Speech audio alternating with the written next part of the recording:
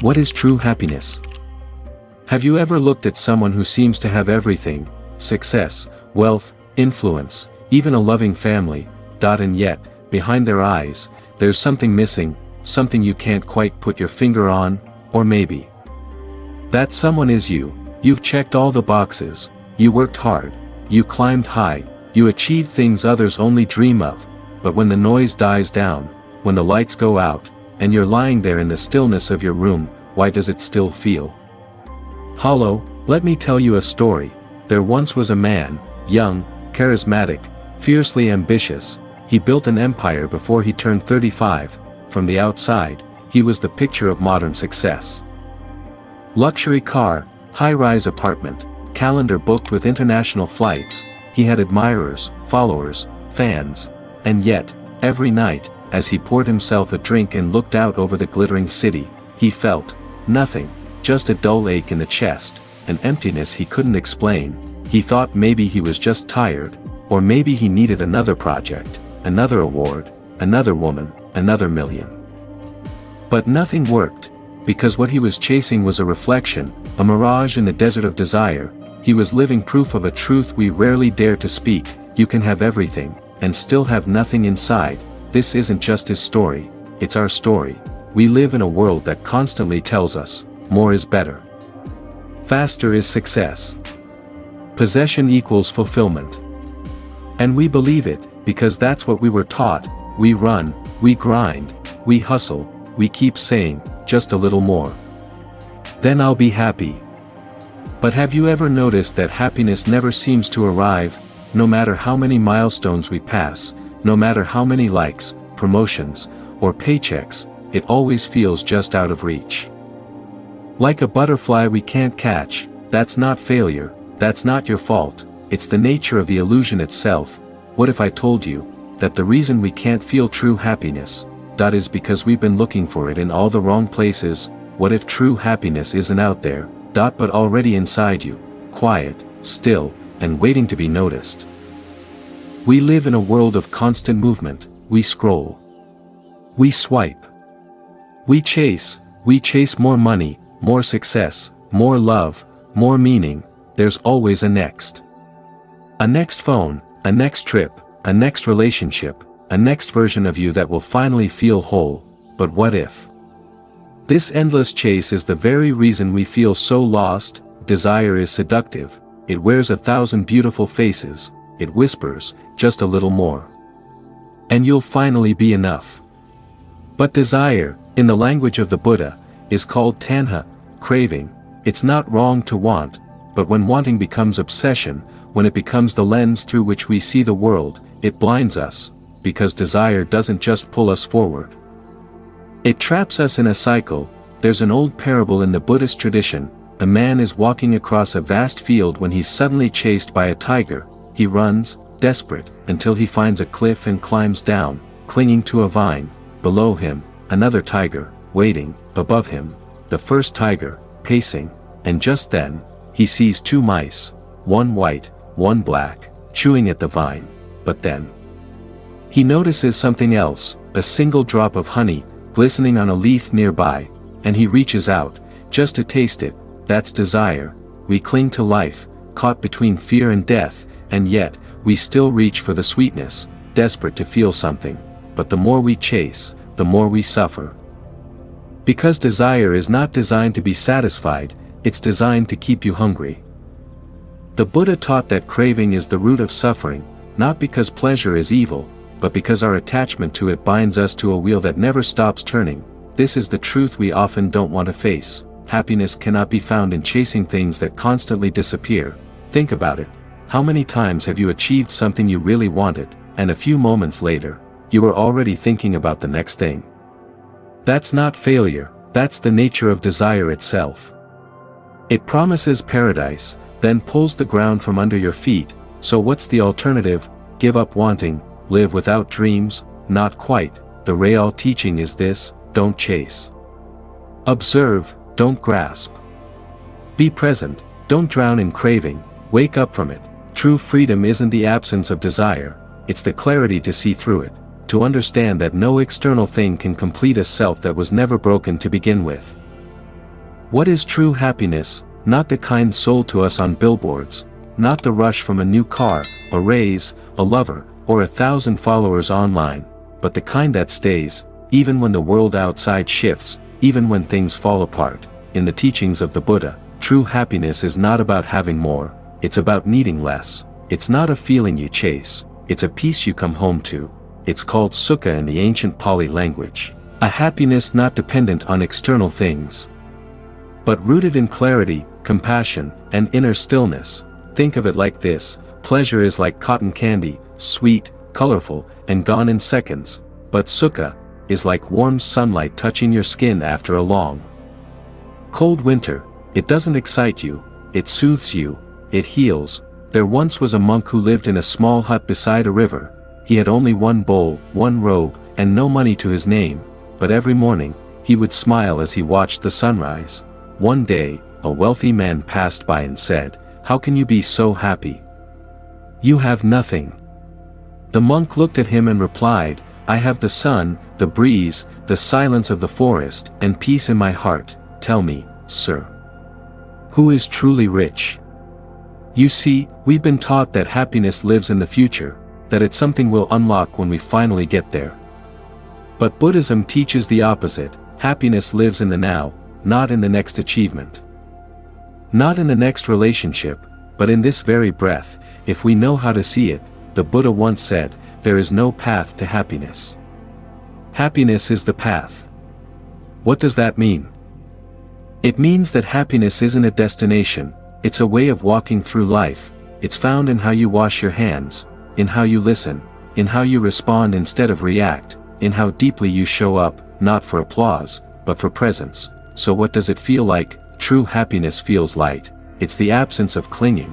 It's the peace that comes when you stop resisting what is. It feels like forgiveness, like gratitude, like not needing everything to be perfect in order to breathe fully. It doesn't scream for attention, it doesn't beg to be seen, it's just there, quiet, gentle, real. If happiness is simple, why does it feel so far away? Why do we, knowing full well what brings peace, still choose chaos, still scroll through emptiness, still dwell in the past, still replay the same stories over and over? The truth is this: we don't just miss happiness, sometimes we sabotage it, and we don't even realize we're doing it. In Buddhism, there's a word for these mental habits: kleshas. It means afflictions or poisons of the mind. These are the hidden obstacles, subtle forces that cloud our vision, trap us in loops, and keep us chasing what can never satisfy. The Buddha named 5 primary obstacles. Let's take a moment to meet them. 1. Sensual desire, kamacchanda. It's the voice that says, "If I just had a little more pleasure, I'd be okay." It turns us into addicts of stimulation, always needing something to look forward to, but the more we feed it, the more it grows, until stillness feels unbearable. 2. Ill will, vyapada, resentment, anger, blame. We think if we punish others in our mind, we'll feel relief, but anger is like holding a burning coal, hoping the other person gets burned. The longer we hold it, the more it consumes us. 3. Sloth and torpor, thinamida, not just laziness, but the heaviness of avoidance, the fog that rolls in when we don't want to feel. We binge, we scroll, we numb, but beneath that numbness is a soul longing to wake up. 4. Restlessness and worry, adhakakakaka, the monkey mind, jumping from thought to thought, never able to be here now. We rehearse the past, we fear the future, we forget the moment in front of us. 5. Doubt, vicikiccha, the most silent of all. It whispers, "What's the point?" It erodes our trust, in ourselves, in the path, in the possibility of peace, and so, we quit, right before transformation begins. These are not flaws, they are not sins, they are simply habits of a mind that has forgotten its true nature. The Buddha didn't tell us to fight them, he told us to see them clearly, because what we see without judgment loses power over us. You see, happiness isn't something we get by force, it's something we uncover by removing the layers that block it. like clouds parting to reveal the blue sky. Your joy has always been there, it just got hidden behind fear. Craving, distraction, and doubt. Imagine someone locked in a dark room, searching for a way out. They panic, bump into walls, scream for help, until one day, they stop, they sit down, and their eyes adjust. Suddenly, they see a door that was there the whole time. They just never looked in stillness. That's what awareness does. It doesn't add light, it removes the blindfold. What if the happiness you're searching for is already here? What if, right now, this very breath, this moment of sitting, listening, being, is the key you've been waiting for? The Buddha taught a practice so simple, and yet so powerful, that it can transform suffering into clarity, restlessness into peace, and emptiness into deep contentment. That practice is mindfulness, known in Pali as sati. It means to remember. To come home, to return to this moment with full awareness. You're not asked to climb a mountain, you're not asked to change who you are only asked to pay attention to what is already here. What is mindfulness? Truly, mindfulness isn't just a buzzword. It's not simply being present in a casual way, it is a sacred attentiveness. It's the quiet watching of your breath, the soft noticing of your thoughts, the open-hearted witnessing of your pain, without clinging, without pushing away. It's the art of fully inhabiting your life. Imagine your mind as a clear lake. When the surface is still, you can see deeply, but when it's stirred by wind, by stress, craving, noise, the waters become murky. Mindfulness is the stillness that allows clarity, and with clarity comes wisdom, and with wisdom, joy naturally arises. The everyday practice of mindfulness. You don't need a cave, you don't need silence, you need presence. You can practice mindfulness while washing dishes, feeling the warm water on your hands, while walking, sensing the earth beneath your feet, while listening to someone, truly hearing them, without preparing your reply. Each moment becomes a chance to return to yourself. A woman once came to a Zen master and said, "Master, I want to feel peace. But my life is chaotic, kids, work, stress. I barely have time to breathe." The master smiled and replied, "Then let your life itself be the meditation." She looked confused. He continued, "Change how you wash the dishes, brush your teeth like it's a sacred act, be fully where you are, always, then peace will not be something you visit, it will become the home you live in." You don't need to fix your life, you need to feel it. You don't need more time, you need more presence in the time you already have.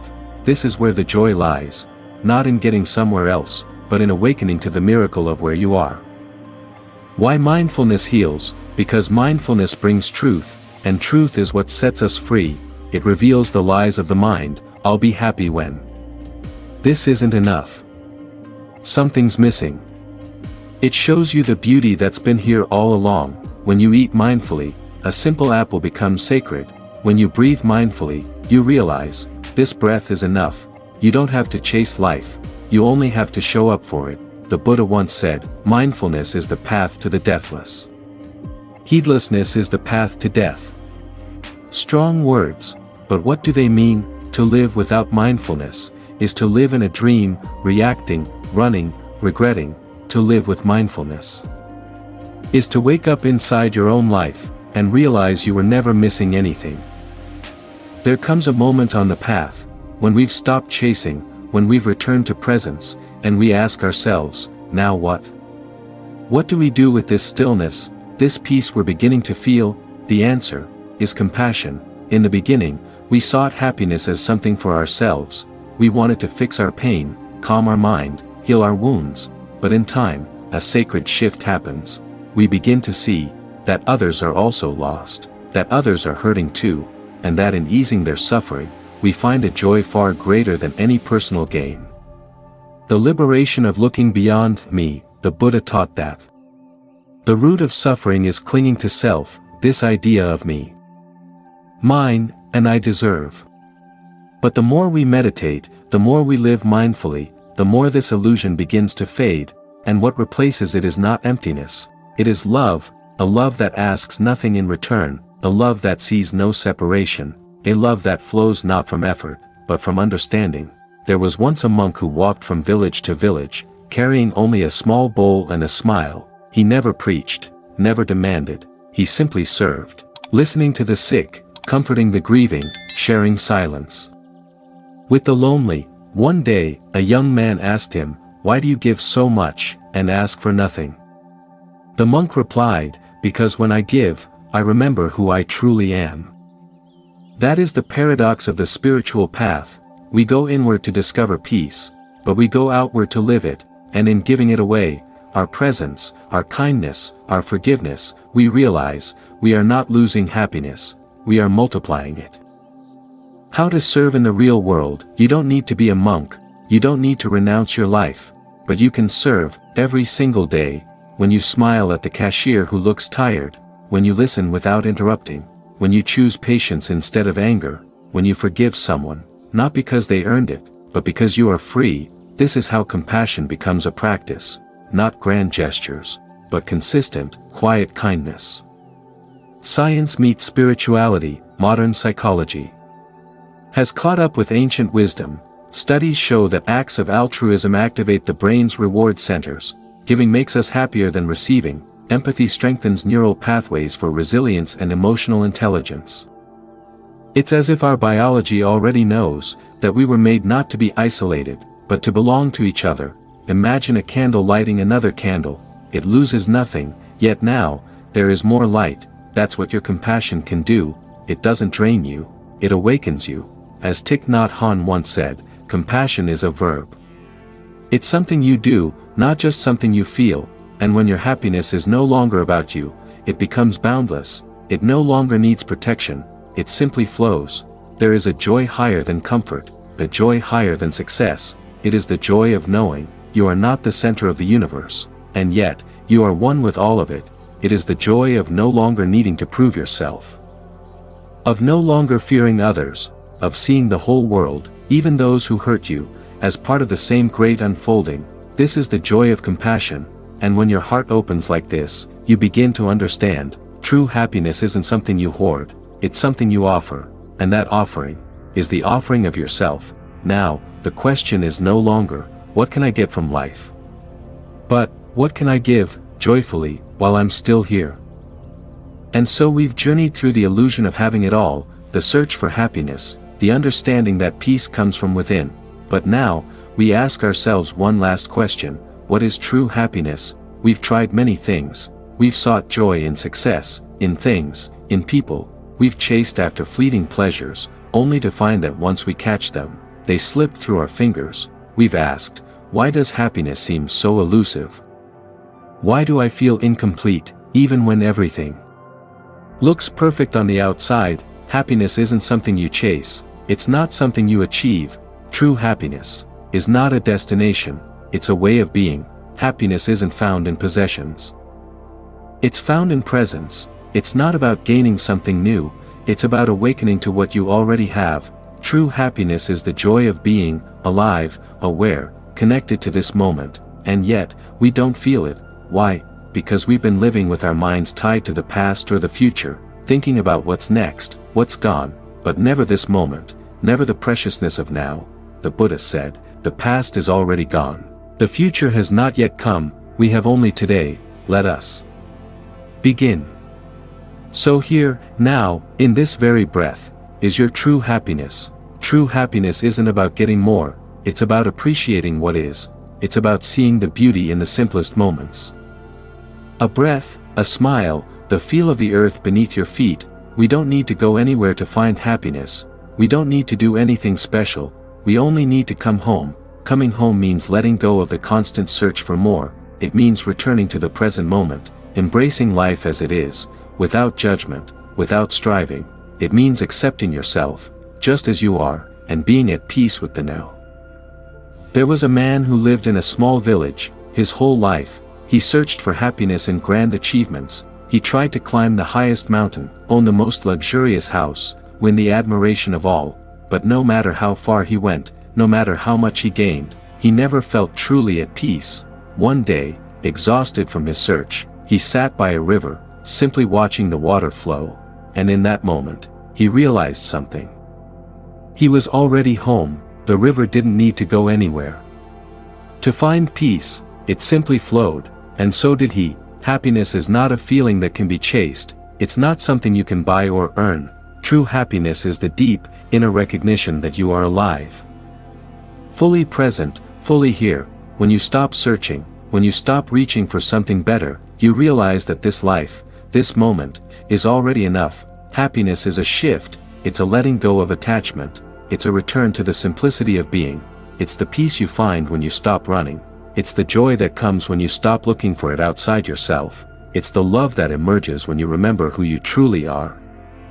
You've always been, not in your achievements, not in your things, but in your being. True happiness is the profound realization that you are part of something greater, that you are already whole, already enough, already loved. And once you realize this, the world begins to shine with a new light. You see it in the way the sunlight dances on the leaves, the way a stranger smiles at you, the way your heart beats in perfect rhythm with the universe. So, what is true happiness? It is the peace you've been seeking, right here, right now. It is the love you've been waiting for, already within you. And now, you know it, because you've come home. Thank you for walking this journey with me. May you find peace. May you find joy, and may you always remember that true happiness was never far away, it was always inside.